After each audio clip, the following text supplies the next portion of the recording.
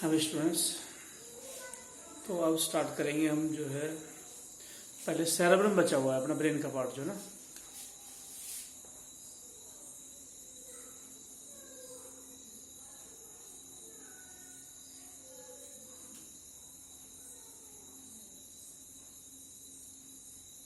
Cerebrum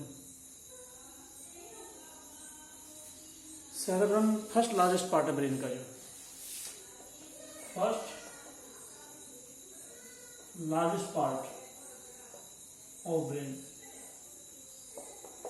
brain या दिमाग का सबसे लार्जेस्ट पार्ट है सेरेब्रम। ठीक है, यहाँ पे फर्स्ट लार्जेस्ट पार्ट है। इसके ऊपर लेते हैं जो सेरेब्रम जो होता है पूरा ये होता है, इसमें लंबाई में एक दरार जाती है जिसको बोलते हैं, सिर के ऊपर से एक दरार जाती है सेरेब्रम के ऊपर के। अगर ये सेरेब्रम है, ये एक बीच में से लॉन्गिट्यूडनल फिशर होती है, लंबी दरार होती है, इसको बोलते हैं longitudinal Fisher.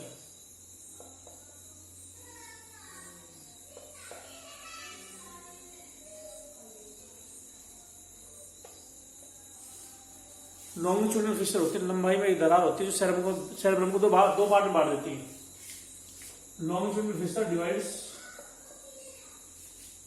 The cerebrum into two hemispheres, several hemisphere.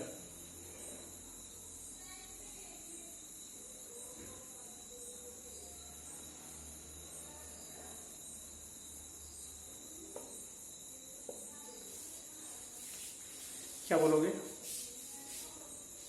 Cerebrum जो है ये सबसे बड़ा पार्ट है, इसमें लंबी दरार होती है जिसको लॉन्गिट्यूडनल फिशर बोलते हैं।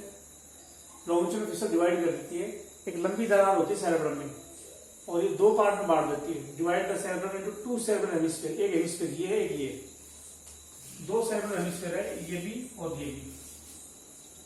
सेरेब्रम पूरा स्फीयर है, इसके दो पार्ट को हेमिस्फीयर बोलेंगे, आधे आधे पार्ट जो।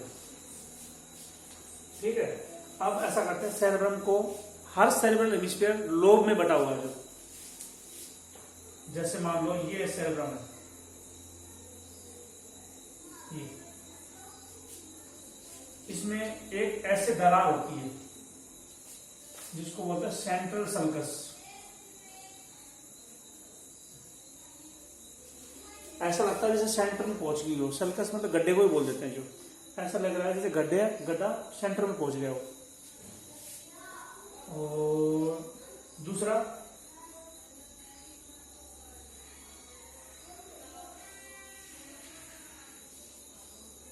ये ऑक्सीपिटल लोब है, ऑक्सीपिटल लोब, और ये लोब है पैराइटल लोब।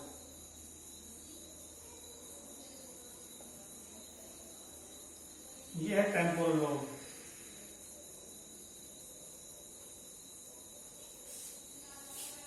और सबसे आगे वाली है फ्रंटल लोब।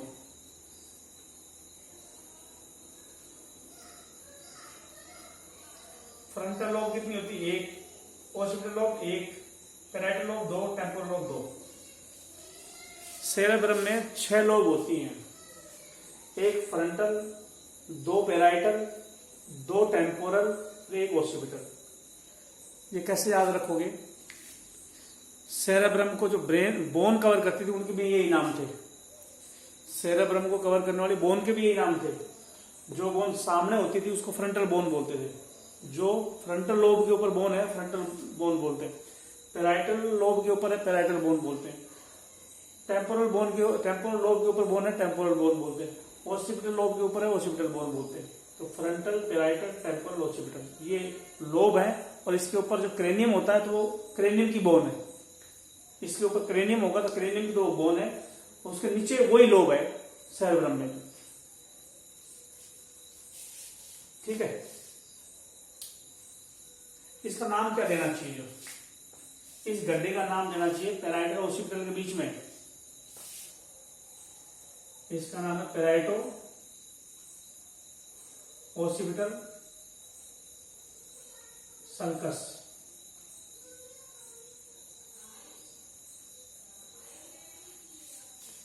पहले पैराइटल बाद में ऑक्सीपिटल।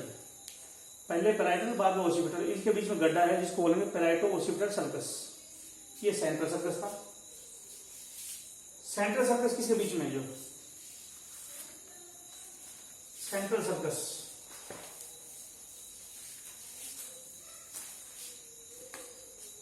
ये कौन सी लोब है? ये पैराइटल है, ये फ्रंटल है, इसके बीच में है। ये कौन सा सर्कस बोलना चाहिए? सेंट्रल सर्कस है। जो सेंट्रल सर्कस है between frontal and parietal lobe.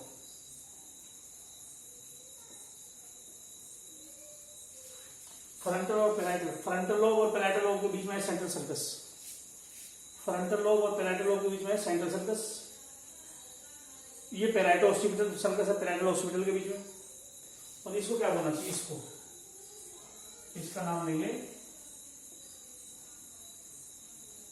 Lateral sulcus.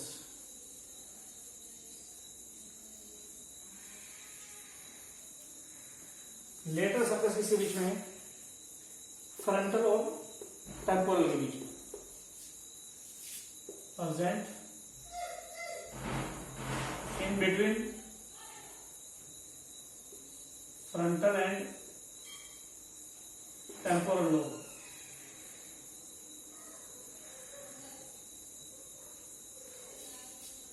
Frontal और टेम्पोरल के बीच में है, फ्रंटल और टेम्पोरल के बीच में लेटरल, फ्रंटल और टेम्पोरल के बीच में लेटरल सर्कस है।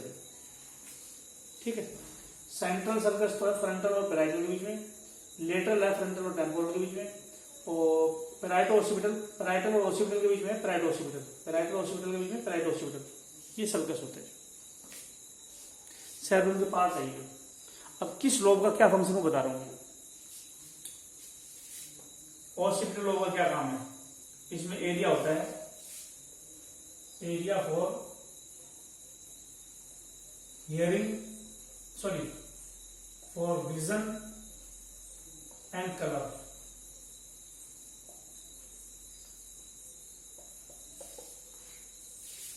ओसिपिटल लोब में एक एरिया है जो विजन या देखने में हेल्प करता है और रंगों को पहचानने में हेल्प करता है। विजन या देखने में हेल्प करता है, कलर या रंगों को पहचानने में हेल्प करता है। विजन या देखने में, कलर पहचानने में हेल्प करेगा ओसिपिटल लोब का एरिया। तो इसका एरिया तो हो गया खत्म, इसकी जरूरत नहीं है होने को। इसका एक ही काम है, अगर किसी का सेरेब्रम डैमेज हो जाए, ओसिपिटल लोब डैमेज हो जाए, तो उसको क्या दिखने में दिक्कत आएगी? दिखने में भी दिक्कत आएगी और रंगों को पहचानने में डिफरेंट दिक्कत आएगी। अगर किसी को एक्सीडेंट हो गया, ब्रेन डैमेज हो गया और ओसिपिटल लोब डैमेज होगी, तो रंगों को नहीं पहचान पाएगा, देख नहीं पाएगा ढंग से, जो क्योंकि देखना और रंगों को पहचानने का काम ओसिपिटल लोब का है।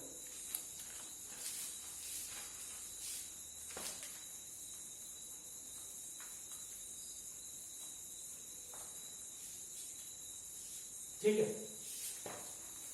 ये लेटरल सर्कस को छोड़ दो।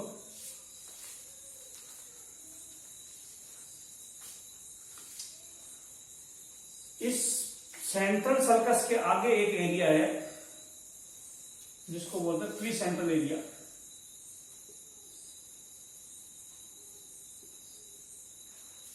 सेंट्रल सर्कस बीच में एक लाइन है, इस सेंट्रल सर्कस बीच में लाइन है, इसके आगे है प्री सेंट्रल एरिया। प्री मतलब पहले, सेंट्रल सर्कस से पहले के एरिया को प्री सेंट्रल सर्कस बोलेंगे।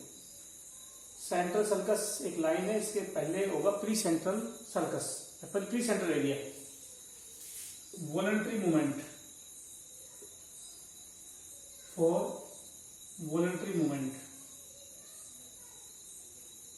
Of muscles.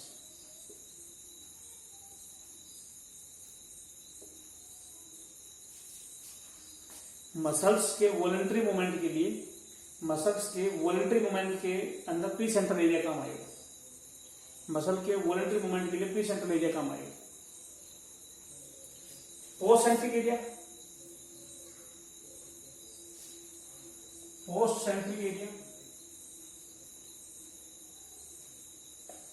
ये प्री सेंट्रल एरिया कहां था? Before central sulcus. Central sulcus से पहले था, ये लाइन है सेंट्रल सर्कस, ऐसा लग रहा है जैसे सेंटर में हो। जो प्री सेंट्रल सर्कस तो पहले है, प्री सेंट्रल सर्कस तो है पहले, और इसका काम है प्री सेंट्रल सर्कस से पहले काम है वॉलंटरी मूवमेंट ऑफ मसल, हमारी इच्छा से मसल का काम करवाना। जो हम विल से इच्छा से काम करते हैं ये वॉलंटरी मूवमेंट करते हैं मसल का, ये प्री सेंट्रल एरिया से करते हैं। और पोस्ट सेंट्रिक एरिया क्या है? पोस्ट सेंट्रिक एरिया का क्या काम है? ये तो प्री सेंट्रिक एरिया था, पोस्ट सेंट्रिक एरिया का काम क्या है? ये कहां पर जाता है? सेंट्रिक सर्कस के बाद में, present after central sulcus.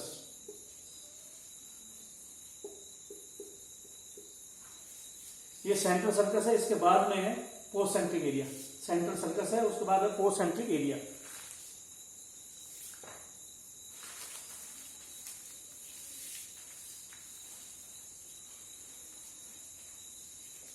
Central sulcus के बाद में है पोस्ट सेंट्रिक सर्कस एरिया। और इस एरिया का दूसरा नाम भी है, पैराइटल लोब में है सोमेस्थेटिक एरिया। सोमेस्थेटिक एरिया पैराइटल लोब में है।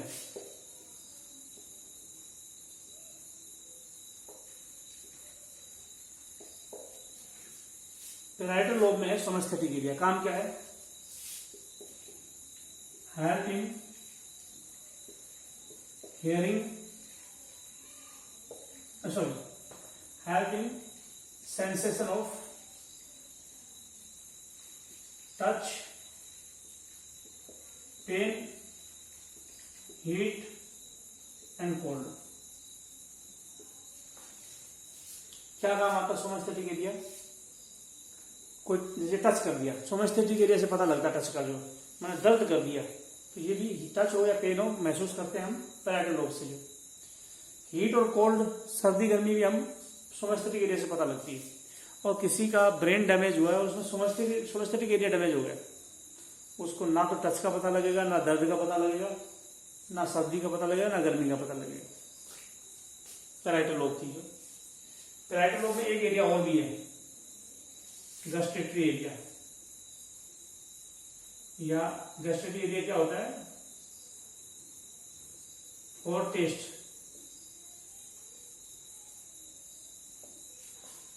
गस्टेटरी एरिया टेस्ट का एरिया है। जो गस्टेटरी एरिया जो है वो टेस्ट का एरिया, टेस्ट पता लगाता है। किसी की पैराइटल लोब डैमेज होगी तो उसको खाना खाएगा तो पता ही नहीं लग पाएगा कि किस टेस्ट का खाना है। जो तो टेस्ट का पता गस्टेटरी एरिया से मालूम पड़ता है। पैराइटल लोब खत्म, टेम्पोरल खत्म, पैराइटल खत्म।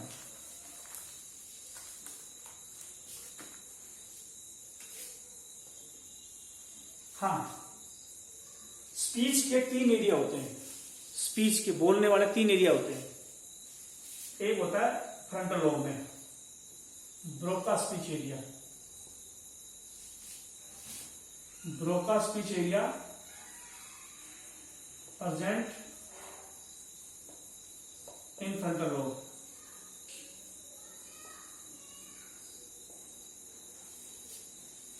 ब्रोका स्पीच एरिया कहां पे है? फ्रंटल लोब में, आगे वाले लोब में है Broca speech area. Broca speech area आगे वाले लोब में। और हेल्प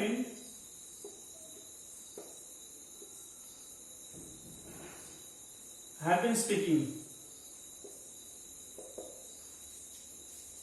बोलने में हेल्प करता है। तो दूसरा एक स्पीच एरिया पैराइटल लोब में होता है, टेम्पोरल लोब में। इसका नाम है Wernicke speech area. Wernicke speech area.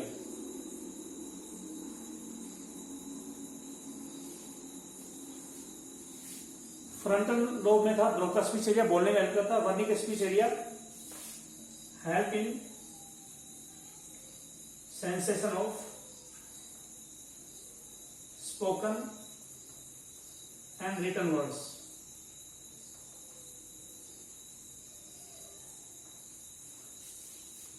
Sensation मतलब महसूस करना। वर्निके स्पीच एरिया से क्या महसूस करते हैं? बोले हुए वर्ड्स और लिखे हुए वर्ड्स। वर्निके स्पीच एरिया पता लगाता है, सेंसेशन मतलब महसूस करना, बोले हुए वर्ड और लिखे हुए वर्ड्स को कैसे मैंने वर्ड्स में बोल भी रहा हूं और लिख भी रहा हूं। तुम बोले हुए वर्ड्स भी पहचान रहे हो और लिखे हुए वर्ड्स भी पहचान रहे हो। तुम्हारा कौन सा वर्निके एरिया काम कर रहा है? कौन सा एरिया काम कर रहा है? टेम्पोरल लोब का वर्निक एरिया काम कर रहा है। और मैं बोल रहा हूं मेरा कौन सा काम कर रहा है? ब्रोका स्पीच एरिया काम कर रहा है। ब्रोका स्पीच एरिया बोलने में हेल्प करता है, लेकिन वर्निक स्पीच एरिया बोले हुए और लिखे हुए वर्ड पहचानने में हेल्प करता है। Sensory speech area parietal lobe में भी है। सेंसरी स्पीच एरिया यहां पे भी है। और कोई आदमी बोल ना पाए तो क्या बोलते हैं? एफाजिया, इनएबिलिटी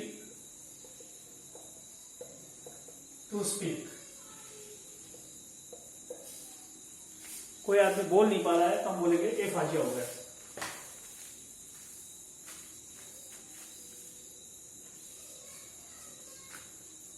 एफाजिया दो टाइप का होता है,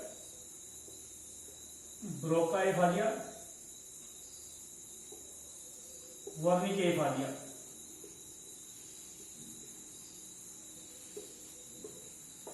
ब्रोका एरिया खराब होगा तो ब्रोका एफाजिया हो जाएगा। इसमें बोले हुए वर्ड पहचान नहीं पाएगा, नहीं सॉरी, बोले हुए वर्ड और लिखे हुए वर्ड ना पहचान पाए तो वर्निक एफाजिया, क्योंकि वर्निक एरिया खराब हो जाएगा। वर्निक एरिया का काम है बोले हुए और लिखे हुए वर्ड पहचानना, और वो एरिया वो खराब होगा तो बोलेंगे वर्निक एफाजिया। इसमें क्या होगा? पर्सन जो है can not understand written and spoken words.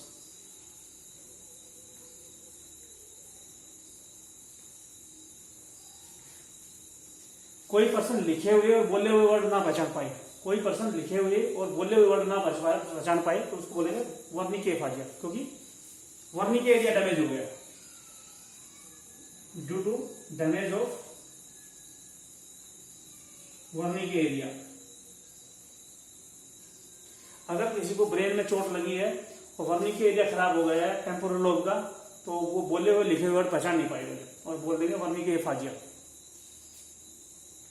तो एफाजिया का मतलब यही नहीं कि बोल ना पाए, या तो बोल नहीं पाएगा और can not understand written and spoken words.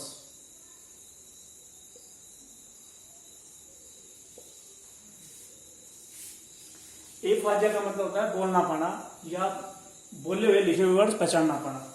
बोले हुए वर्ड और लिखे हुए वर्ड पहचान ना पाए तो वर्निक एफाजिया, बोल ही ना पाए तो Broca aphasia. Person can not speak due to damage of Broca speech area.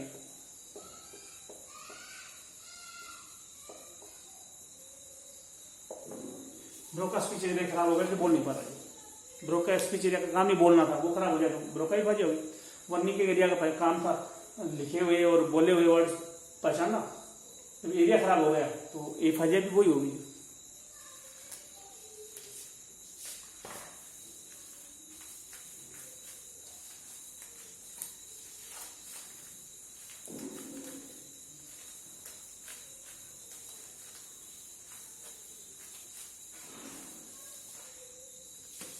Ready? तो ये सेरेब्रम पे बात करते हैं। सेरेब्रम पे फिर और आगे आते हैं। ये तो सेरेब्रम के डिफरेंट एरियाज थे। जो सेरेब्रम की अगर मैं बात करूं, ये सेरेब्रम है, ये सेरेब्रम है। सेरेब्रम का किनारे वाला हिस्सा जो होता है उसको बोलते हैं सेरेब्रम कॉर्टेक्स, और अंदर वाला होता है मेडुला। सेरेब्रम कॉर्टेक्स जो होता है वो उसके दो एरिया है, grey matter, white matter. Grey matter का काम है सेंसेशन, रेस्पॉन्स। ग्रे मैटर में एरिया है sensory area, motor area. Grey matter है, उसमें सेंसरी एरिया भी है, मोटर एरिया भी है। ग्रे मैटर में सेंसरी, मोटर और एसोसिएशन एरिया।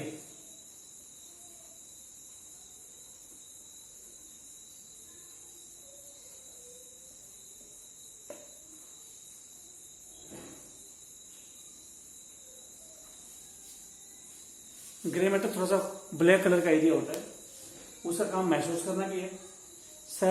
ब्रेन का जो सबसे बड़ा पार्ट है सेरेब्रम, उसका किनारे वाला पार्ट है कोर्टेक्स। ब्रेन का सबसे बड़ा पार्ट सेरेब्रम, उसका किनारे वाला सेरेब्रल कोर्टेक्स। कोर्टेक्स में काला रंग का ग्रे मैटर, सफेद रंग का व्हाइट मैटर है। तो ग्रे मैटर जो है वो महसूस करने में हेल्प करता है, मूवमेंट में हेल्प करता है और एसोसिएशन में भी हेल्प करता है। एसोसिएशन का मतलब है लर्निंग एंड मेमोरी। चाहे इसको यूं बोल दो, चाहे इसको यूं बोल दो, यूं बोल दो सेरेब्रल जो कोर्टेक्स होता है, क्या बोलोगे? सेरेब्रल जो कोर्टेक्स होता है, ये सेरेब्रल कोर्टेक्स है। सेरेब्रल कोर्टेक्स उसमें दो एरिया है, ग्रे और व्हाइट। सेरेब्रम में दो एरिया है, सेरेब्रल कोर्टेक्स में दो area, grey white. Grey matter जो है उसमें सेंसरी एरिया भी है, मोटर एरिया भी है और एसोसिएशन एरिया भी।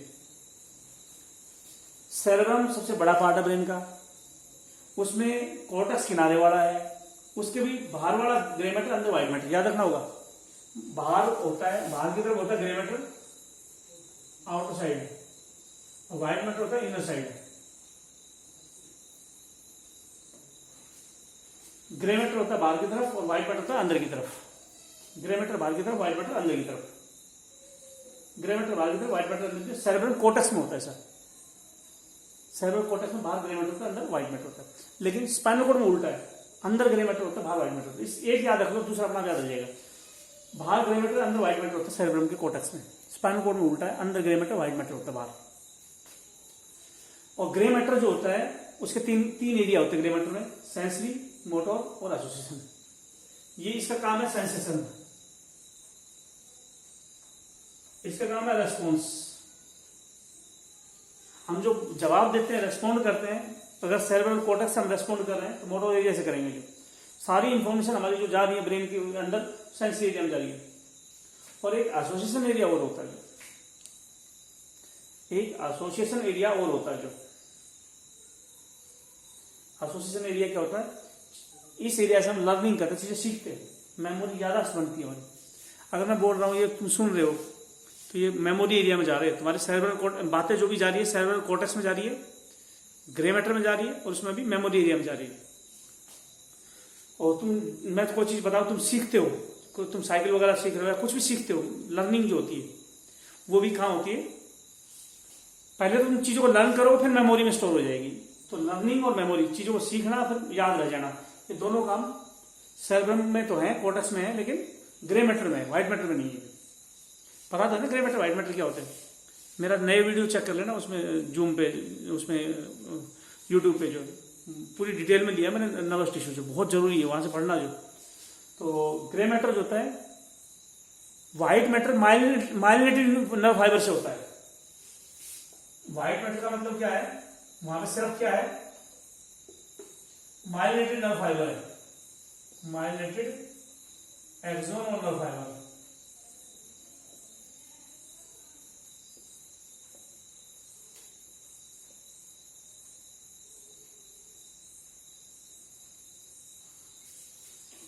माइलिनेटेड एक्सोन या myelinated nerve fibre, myelinated axon, myelinated nerve fibre, ये व्हाइट मैटर में होते हैं।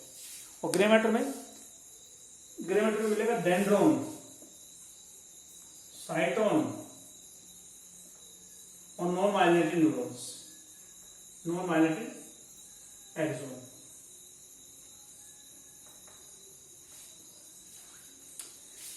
व्हाइट मैटर माइलिन शीथ की वजह से होता है, एक्सोन में माइलिन शीथ होती है, उसकी वजह से व्हाइट मैटर बनता है जो। और डेंड्रोन में माइलिन शीथ नहीं होती, इसलिए उसकी वजह से ग्रे मैटर बनेगा। साइटोन में भी माइलिन शीथ नहीं होती, इसलिए उसमें ग्रे मैटर बनेगा। और एक्सोन के ऊपर माइलिन शीथ अगर नहीं है तो वो भी ग्रे मैटर बनाएगा। और व्हाइट मैटर जो बनेगा वो किससे बनेगा, माइलिनेटेड नर्व फाइबर से बनेगा।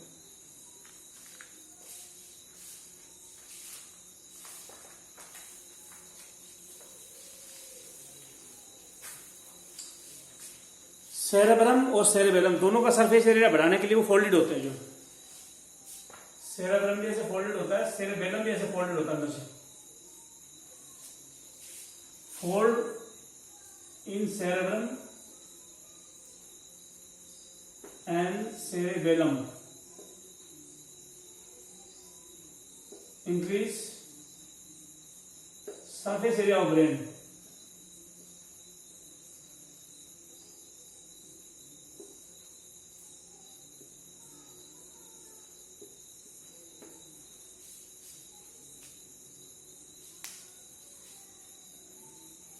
सेरेब्रम और सेरेबेलम, सेरेब्रम और सेरेबेलम दोनों फोल्डेड होते हैं, ये सरफेस एरिया बढ़ाने के लिए। फोल्ड है, अगर उभार को क्या बोलेंगे, रिज उभार,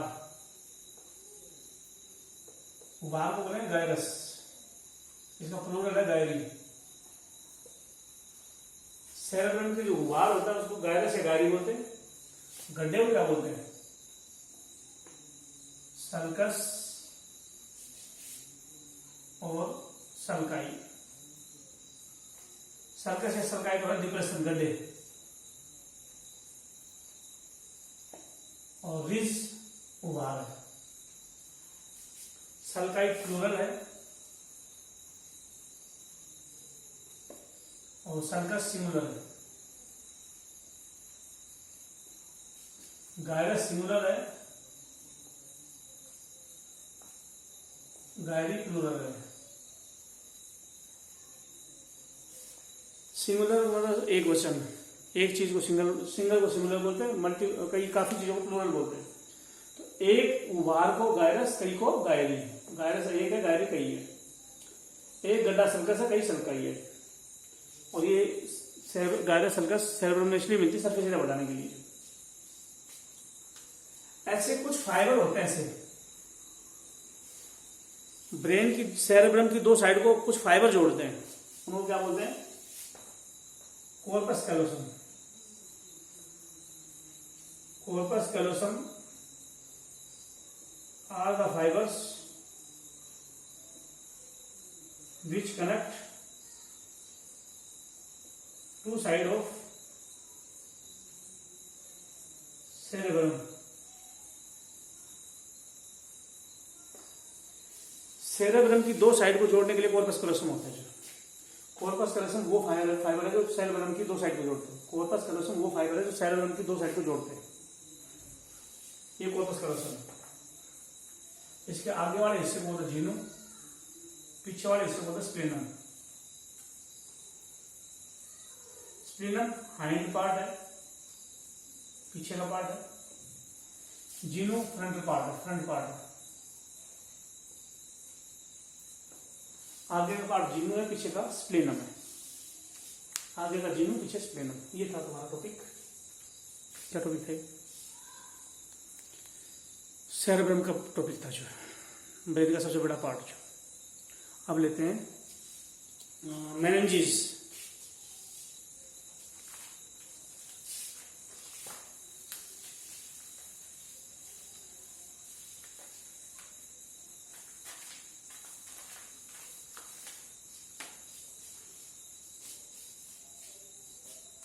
मेनिंजेस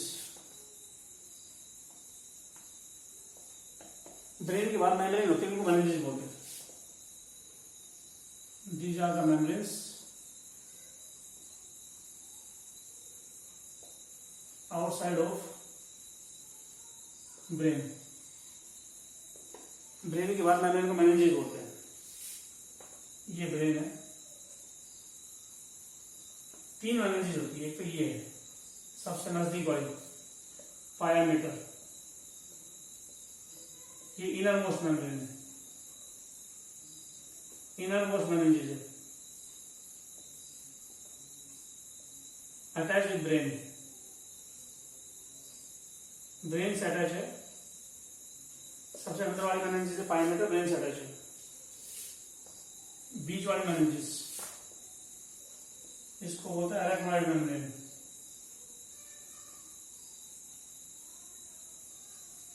ये मिडल मेनिंजेस है।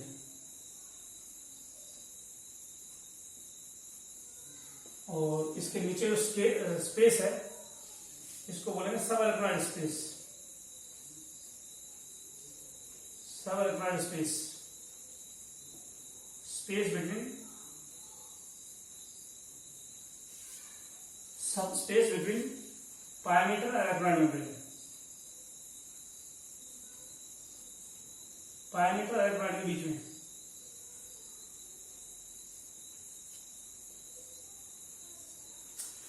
तो यूं बोल दो, पायामीटर अरेक्नॉइड के मेम्ब्रेन के बीच में बोलते हैं, अरेक्नॉइड के नीचे है इसलिए इसका नाम सब अरेक्नॉइड स्पेस है। मेम्ब्रेन अरेक्नॉइड उसके नीचे है इसलिए सब अरेक्नॉइड स्पेस। इस स्पेस में फ्लूइड भरा होता है। It is filled with sub arachnoid space की बात कर रहा हूं। It is filled with CSF, cerebrospinal fluid से कवर होती है। और ये किसके जैसी होती है मेम्ब्रेन? Like arachnid net. इस मेम्ब्रेन का नाम अरेक्नॉइड मेम्ब्रेन इसलिए है, अरेक्निड के नेट जैसी होती है। अरेक्निड तो मकड़ी को बोलते हैं, मकड़ी के जाले जैसी होती है। सबसे बाहर वाली मेनिंजिस, सबसे बाहर वाली मेनिंजिस का नाम क्या है? ब्रेन की बाहर वाली, सबसे बाहर वाली meninges,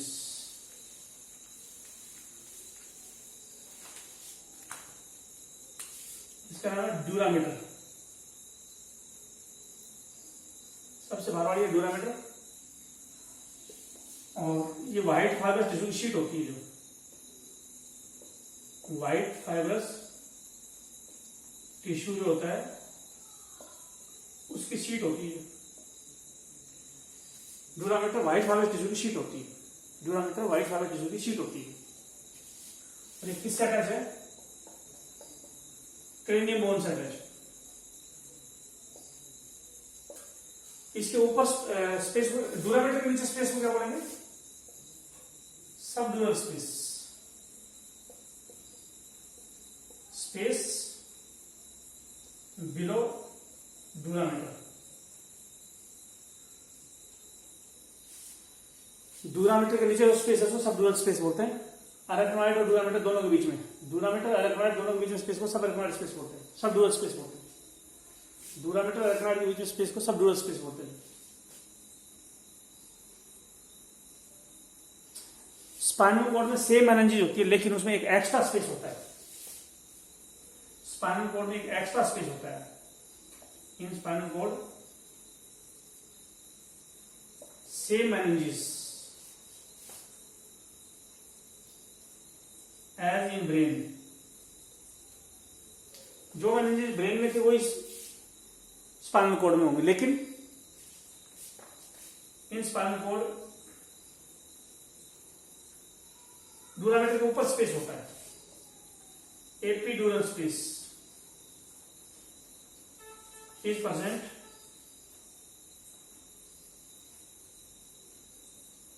above dura mater.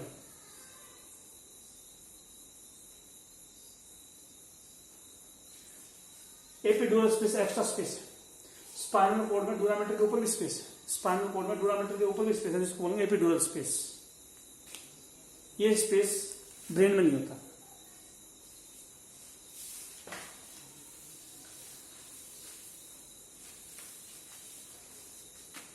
Cerebrospinal fluid का क्या काम होता है? Function of CSF, excretion. Brain के वेस्ट मटेरियल इस फ्लूइड में डाल दिया जाता है, बाहर कर दिया जाता है। Brain waste materials are released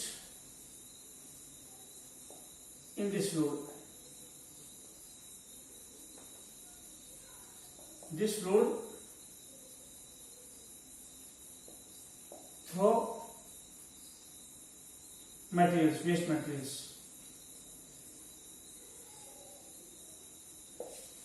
excretion का काम होता है ब्रेन के waste material. Cerebrospinal fluid brain को, ब्लड वेसल को दे देता है, जो फेंकने में लग जाता है। बुआयंसी, एंडोक्राइन फंक्शन।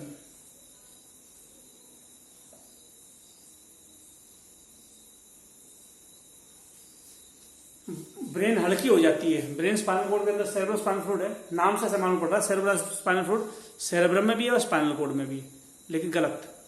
ब्रेन की चारों वेंट्रिकल में सेरेब्रोस्पाइनल फ्लूइड होता है, चाहे फर्स्ट सेकंड वेंट्रिकल हो, चाहे वेंट्रिकल में बाद में करा दूंगा टॉपिक, वेंट्रिकल का टॉपिक बाद में करा दूंगा। ब्रेन की चारों वेंट्रिकल के अंदर सेरेब्रोस्पाइनल फ्लूइड होता है। ब्रेन की चारों वेंट्रिकल में सेरेब्रोस्पाइनल फ्लूइड होता है और इससे ब्रेन हल्की हो जाती है, बॉयंसी हो जाती है। हार्मोन भी ट्रांसपोर्ट होते हैं सेरेब्रोस्पाइनल फ्लूइड से। Some hormones are also transported through this fluid. सेरेब्रस ट्रांसपोर्ट कुछ हार्मोन को भी ट्रांसपोर्ट करता है जो, ठीक है। अब हम अगला टॉपिक लेते हैं, ब्रेन की डिसऑर्डर करा रहा हूं।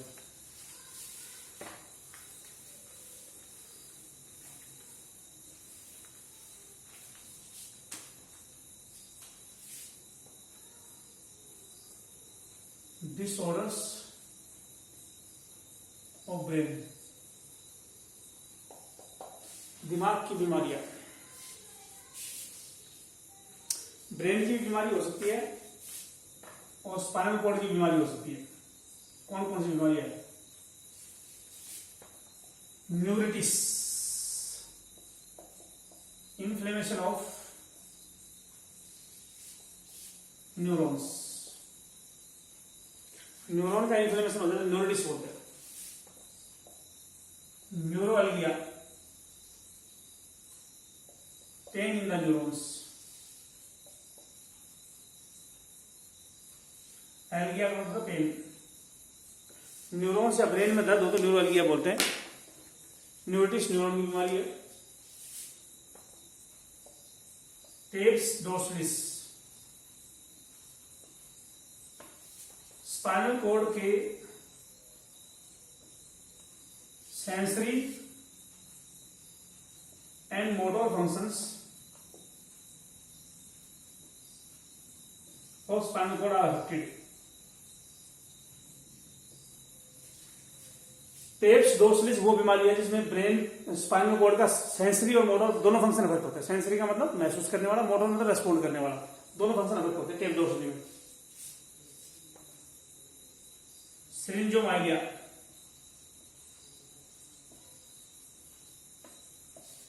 Access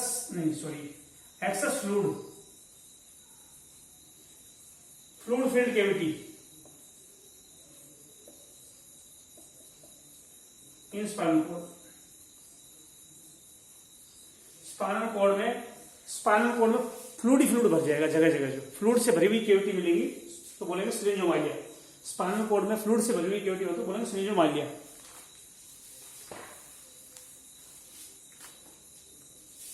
माइलोडिस्प्लेजिया,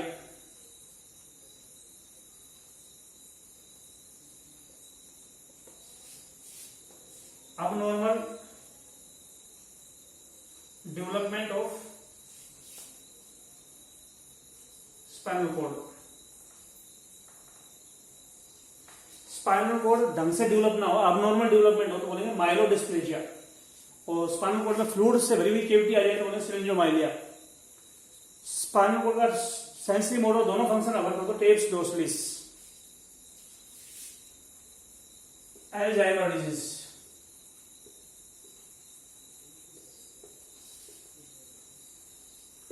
Alzheimer disease due to deficiency of acetylcholine neurotransmitter।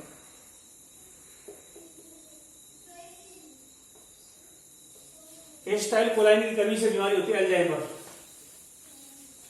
ये अमेरिका के राष्ट्रपति में हुई थी बीमारी। अमेरिकन प्रेसिडेंट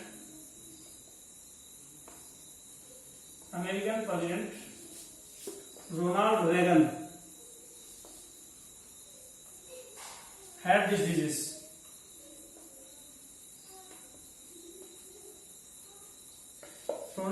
अमेरिका के प्रेसिडेंट था रोनाल्ड रेगन, उसमें ये बीमारी थी। जो अमेरिका के प्रेसिडेंट में बीमारी आ गई थी रोनाल्ड रेगन में, और वो अपने बच्चों को भी पहचान नहीं पाता था। जो he could not identify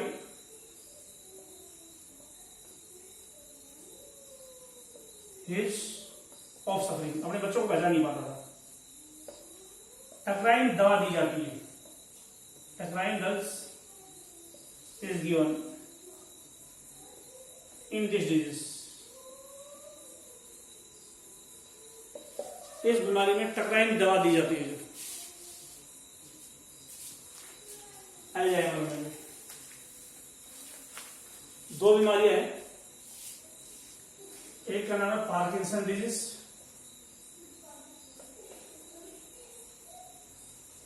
दूसरी का नाम है सीजोफ्रेनिया।